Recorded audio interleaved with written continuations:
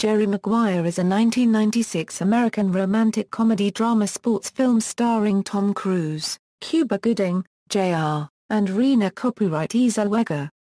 It was written, co-produced, and directed by Cameron Crowe. The film was inspired by sports agent Leigh Steinberg, who acted as technical consultants on the crew. It was released in North American theaters on December 13, 1996, distributed by Gracie Films and TriStar Pictures. The film received very positive reviews, praising the performances of Tom Cruise, Cuba Gooding, Jr. and Renee Zellweger and the screenplay. The film was a financial success, bringing in more than $270 million worldwide, against its $50 million budget. It was the ninth top-grossing film of 1996. The film was nominated for 5 Academy Awards, including Best Picture and Best Actor for Tom Cruise, with Cuba Gooding, Jr. winning the Academy Award for Best Supporting Actor.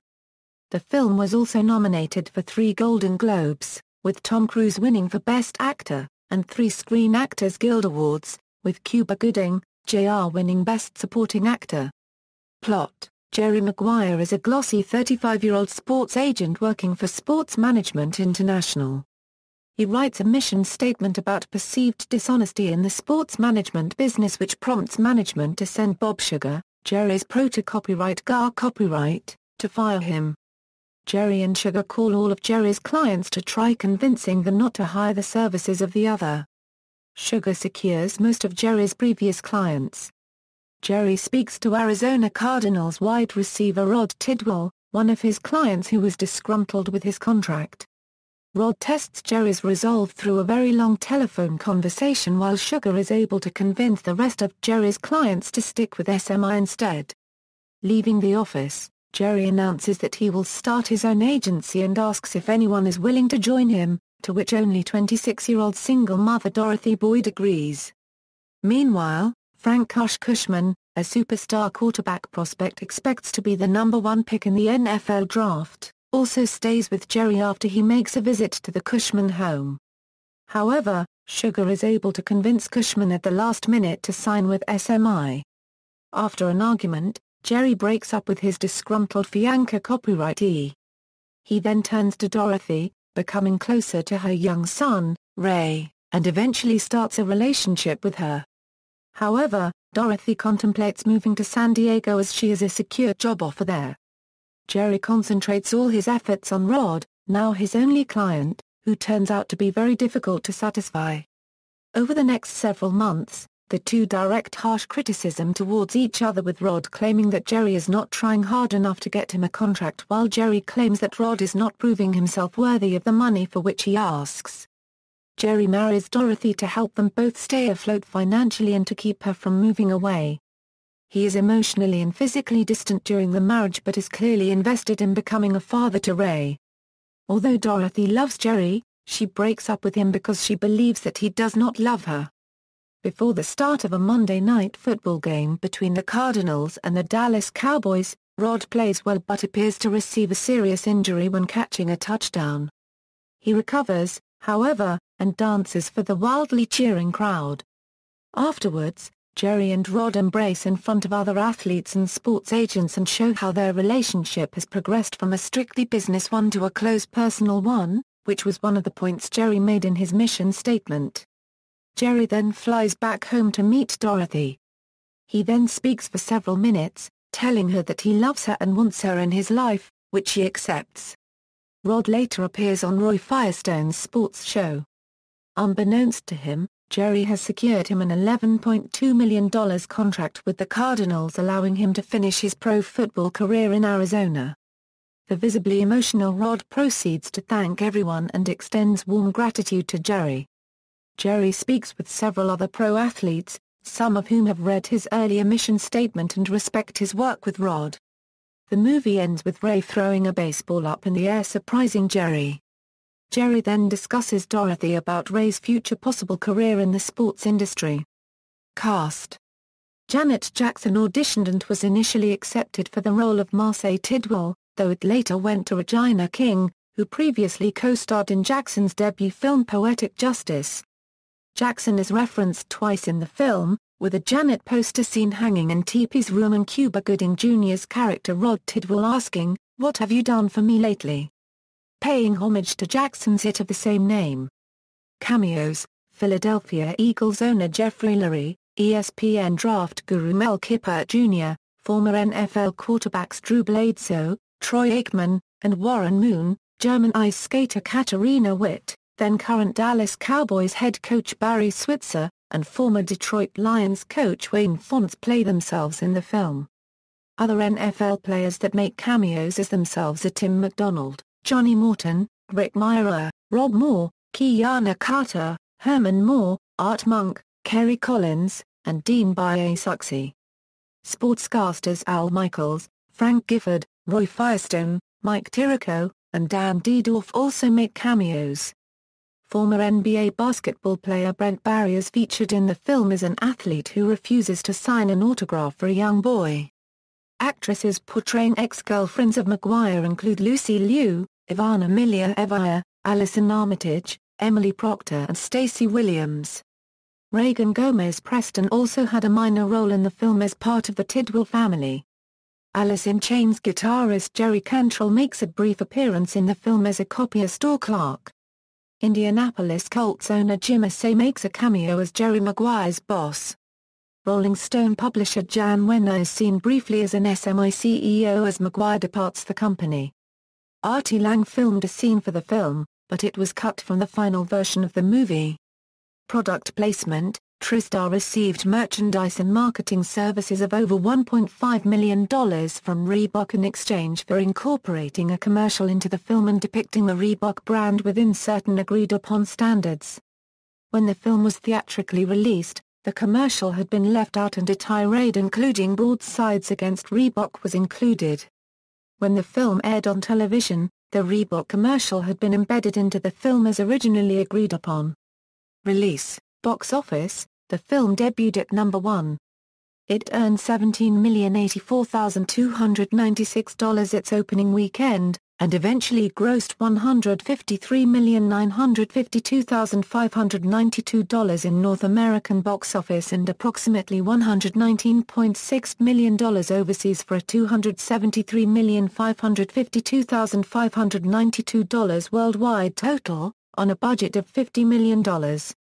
It is the 9th top-grossing film of 1996 and the 4th highest-grossing romantic drama film of all time.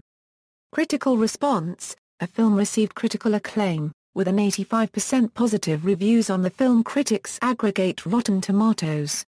Its critical consensus states, anchored by dazzling performances from Tom Cruise, Cuba Gooding Jr., and Renee Zellweger, as well as Cameron Crowe's tender direction, Jerry Maguire meshes romance and sports with panache.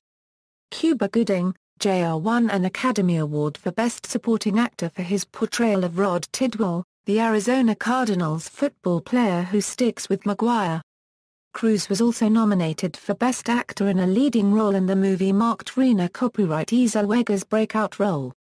The film itself was nominated for an Academy Award for Best Picture, and crew members on the film were nominated for Best Screenplay and Best Film Editing Awards. Roger Ebert of the Chicago Sun-Times gave the film 3/4 stars, writing that there are so many subplots that Jerry Maguire seems too full, and also commented that the film starts out looking cynical and quickly becomes a heartwarmer. Todd McCarthy of Variety wrote an exceptionally tasty contempo comedic romance. Jerry Maguire runs an unusual pattern on its way to scoring an unexpected number of emotional, social and entertaining points. Smartly written and boasting a sensational cast, Cameron Crowe's shrewdly observed third feature also gives Tom Cruise one of his very best roles. In June 2010, Entertainment Weekly named Jerry Maguire one of the 100 greatest characters of the last 20 years. Accolades: Home media: Jerry Maguire was first released on VHS and Laserdisc on May 29, 1997. It is the best-selling non-Disney VHS tape of all time, with over 3 million copies sold on the first day and another 1 million in the second day and sold 1 million copies each day, including Blockbuster Video, Hollywood Video, Walmart, Target, Best Buy and many other rental stores retail chains. The previews shown before the movie were My Best Friend's Wedding, Men in Black and Starship Troopers. It was re-released on VHS around late 1999, without any of the aforementioned previews. The film was first released onto DVD on June 24, 1997 and around 2002 respectively in both a standard edition and a 2-disc special edition. While the standard edition contains no special features, the 2-disc edition primarily includes deleted scenes, commentary tracks, featurettes, and a music video for Bruce Springsteen's Secret Garden.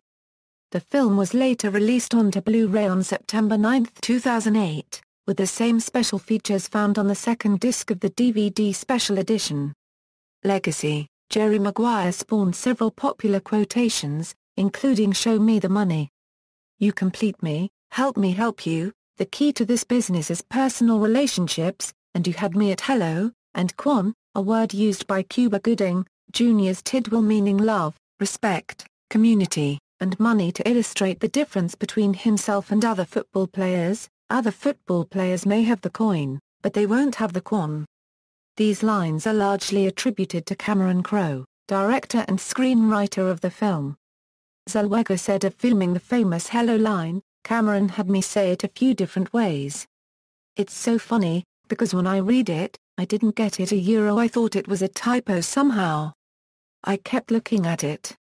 It was the one thing in the script that I was looking at going, is that right? Can that be right? How is that right? I thought, is there a better way to say that? Am I not getting it?